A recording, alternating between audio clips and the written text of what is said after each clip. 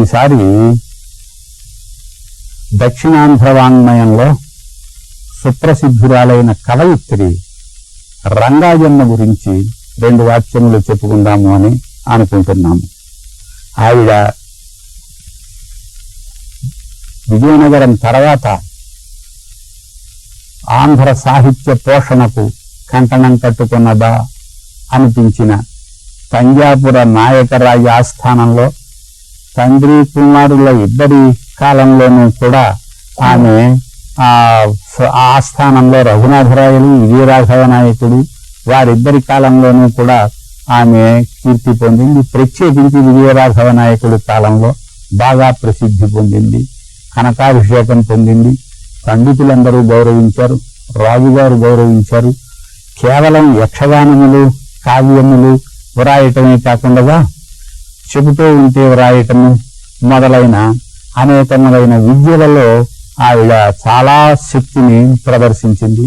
ఆ గ్రంథంలో ఆవిడ రాసుకున్న గద్యం చదివితేనే ఆమె ఎంత విదుషీమణిగా కవయిత్రిగా విద్యా వినోదములలో మొగటం లేని రాజ్ఞిగా ఆవిడ వెలుగొందిందో మనకు అర్థమవుతుంది.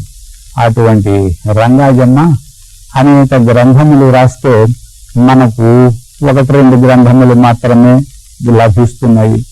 ఆవిడ ఉషా పరిణయము యక్షగానం రాసింది, మరి ప్రబంధంగా కూడా రాసింది, ఇంకా రామాయణాది సంగ్రహ కావ్యాలు రాసింది. అవి కొన్ని మాత్రమే లభిస్తున్నాయి. అన్ని దొరకు ఉంటే ఎంత బాగుండునో అని అనిపిస్తుంది. ఈ రోజుల్లో అయితే ఒకసారి అచ్చుపడితే అది కనీసం జాతీయ గ్రంథాల ఆలయాల్లోనైనా అది ఉంటుంది అని ఒక ఆశ కనిపిస్తుంది. మరి ఆమె అంత నాయక రాజులకు కావలసిన ఆమె అయి ఉండి కూడా ఆమె గ్రంథములు మనకు లభించకుండా పోవడము కొంచెం విచారించవలసిన విషయం అయినప్పటికీ లభిస్తూ ఉన్నవే చాలు, అవి చదువుకుంటే మనకి సంతోషం కలుగుతుంది. ఆవిడ చెప్పిన చాటువులు కూడా బాగా ప్రసిద్ధిలోకి వచ్చాయి. ఆమె నాయకరాజు గారికి చాలా ఇష్టగాల ఉన్నందువల్ల రాణి గారు ఒకసారి కోప్పడి ఏదో అంటే ఆవిడ పద్యం చెప్పింది అని అది తరచు ఈ యాప్తిలో ఉంది.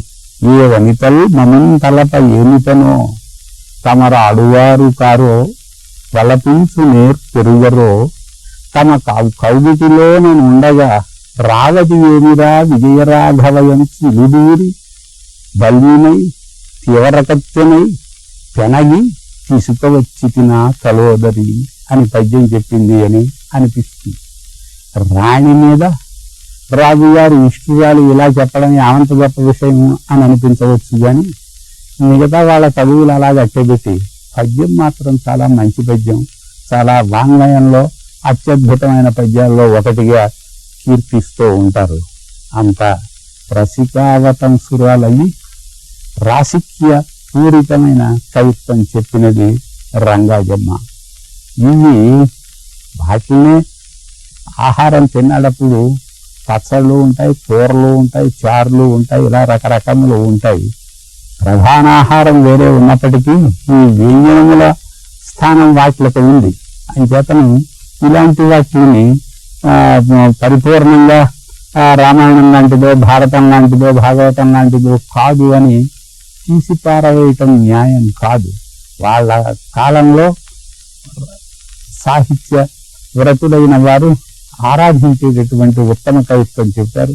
ఇప్పటికి కూడా ప్రజల నాలుకల మీద వాళ్ళ కవిత్వం శ్లాఘింపబడుతోంది. అందుచేతను అటువంటి కవయిత్రుల కవిత్వాన్ని కూడా మనం పరిశీలిస్తూ ఉండడం చాలా అవసరం.